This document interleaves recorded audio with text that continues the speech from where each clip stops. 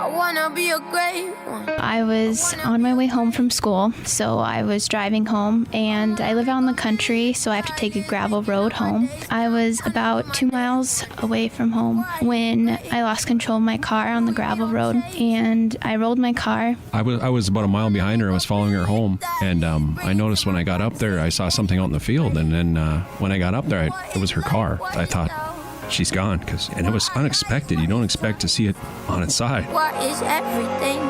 Everything is nothing without you.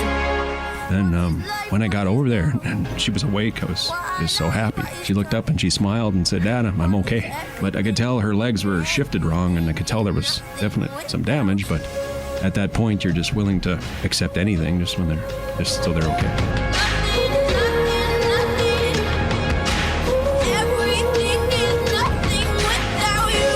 So they took her by life flight, and then Jennifer and I drove there as fast as we could. As soon as we got there, the people there you could tell they cared, because they could feel your pain almost. Every single person, from the doctors to the receptionists to the CNAs, the nurses, everybody cared. You could tell it wasn't just a job with them. I felt like I was their only patient, I felt like priority number one. Her right leg had become twisted, so it pinched off one of the main vessels in her leg.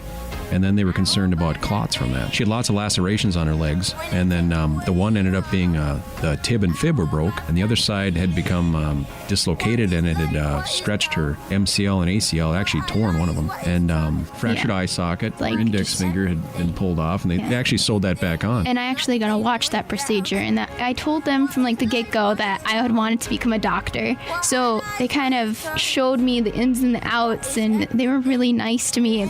I got to watch my procedure on my hand, and I actually got to take out my stitches in the end. It was weird, but it was actually a really neat experience, even though I just got in a car crash. Everything is nothing without you.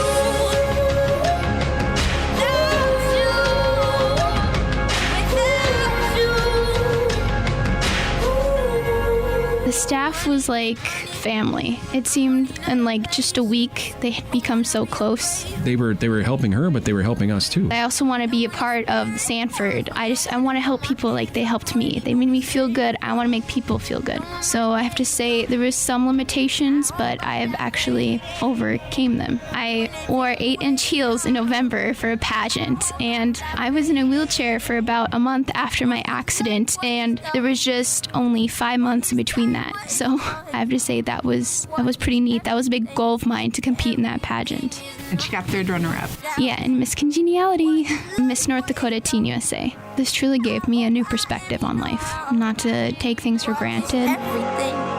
Everything is nothing without you.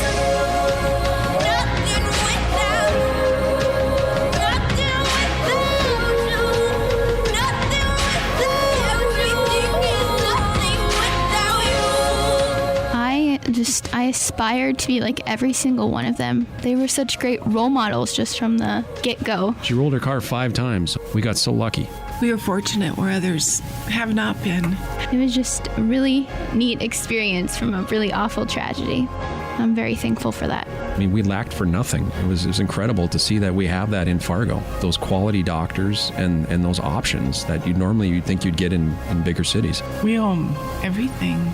They're angels walking on earth. They took care of her. They didn't have to.